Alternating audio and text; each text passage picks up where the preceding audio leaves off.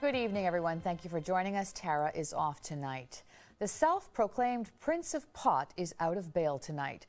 Last night in Montreal, Marc Emery, the promoter behind a chain of stores that sells marijuana, was arrested by police along with 9 of his employees.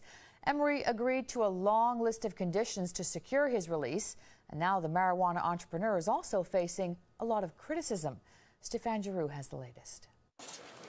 Cannabis culture's foray into the illegal sale of marijuana barely lasted 24 hours.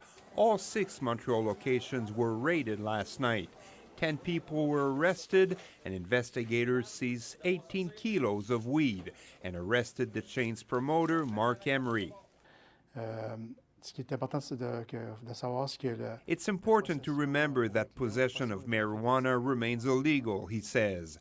9 of the suspects were released after they were formally charged, but Marc Emery spent the night in jail and was subsequently charged with 3 counts of drug trafficking. His wife Jody was also arrested but not charged.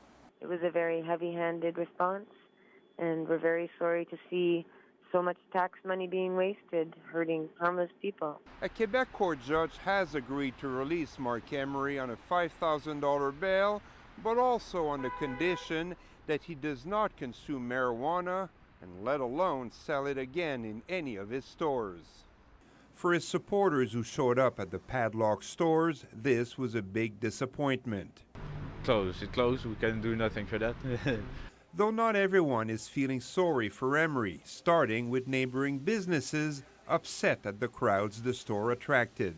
Most of them were rude because we need to get their pots, you know? Adam Greenblatt is a longtime medical marijuana activist in Quebec who now fears a backlash because of Emery's tactics, just as Canada is about to move on the issue of legalization. He may in fact undermine the potential for small businesses and for licensed but private cannabis retailers going forward by doing this very brazen political stunt.